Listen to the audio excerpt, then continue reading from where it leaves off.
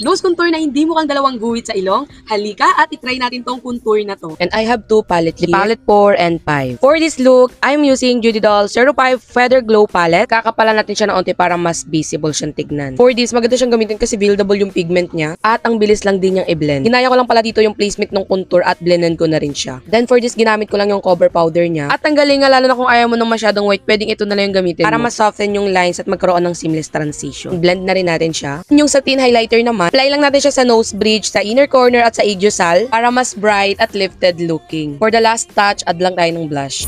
Okay, and this is my final look. And as you can see, hindi siya mukhang dalawang guhit lang. Kaya kung gusto mo rin mag-try at mag-practice ng contour hack, i-check mo na tong si ating Judy Doll because this Judy Doll is meron ng face palette, may blush, one brush, and one top ka nang marireceive. And also, kung meron ka rin contour technique na suggestion, i-comment mo na dyan sa baba.